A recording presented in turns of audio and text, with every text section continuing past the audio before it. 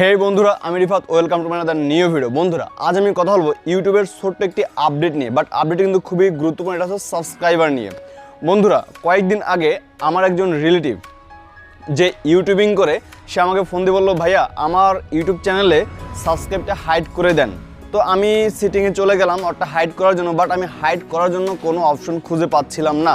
পরে যখন আমি গুগলের সার্চ করলাম, যখন গুগল করলাম, তখন দেখলাম ইউটিউব নতুন একটা আপডেটের মাধ্যমে সাবস্ক্রাইবার যে হাইড করার যে বিষয়টা ছিল সেটা তারা উঠিয়ে দিয়েছে এবং এখন থেকে আর সাবস্ক্রাইবার হাইড করা যাবে না। এখন বিষয় হচ্ছে, আমাদের প্রশ্ন আসতে পারে যে ইউটিউব এটা কেন করলো, এই রুলসটা তারা কেন করলো? আগে তো সাবস্ক্রাইব হাইড করে রাখা যেত।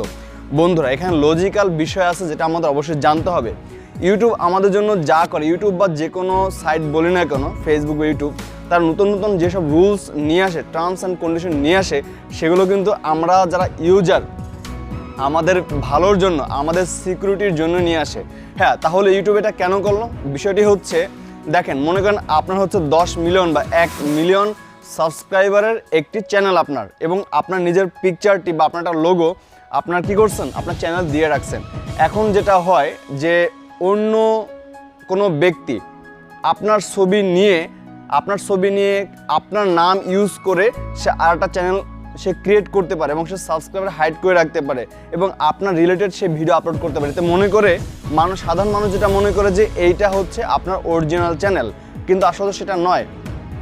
এই জন্য ইউটিউব এখন থেকে সবার সাবস্ক্রাইবার ওপেন করে দিয়েছে, যাতে করে আমরা খুব সহজেই অরিজিনাল চ্যানেলটা আমরা ধরতে পারি যে না, এই চ্যানেলটা 1 মিলিয়ন সাবস্ক্রাইবার চ্যানেল, আর এই যে সেম নামে যে 8টা চ্যানেল খোলা হয়েছে এটা মাত্র 200 সাবস্ক্রাইবার চ্যানেল, তার মানে 200টা হচ্ছে ফেক, আর 1 মিলিয়ন যে সাবস্ক্রাইবার শো করবে সেটা হচ্ছে অরিজিনাল।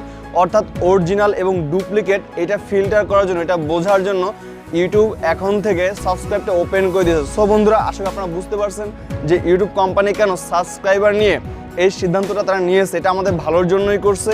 যদিও যারা ইনিশিয়াল পর্যায়ে ইউটিউবার, যারা ইউটিউবিং স্টার্ট করছে বা শুরুর দিকে আছে, বেশি বড় চ্যানেল না, তাদের জন্য একটু ডিসঅ্যাডভান্টেজ হতে পারে।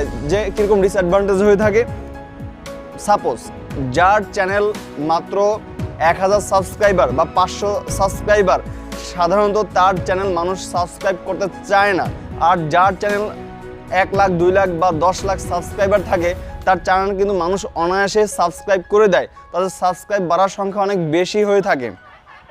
এই জন্য ইনিশিয়াল যারা ইউটিউবার, যারা শুরুর দিকে আছে ইউটিউবিং চ্যানেলে, তাদের ক্ষেত্রে একটু প্রবলেম হতে পারে।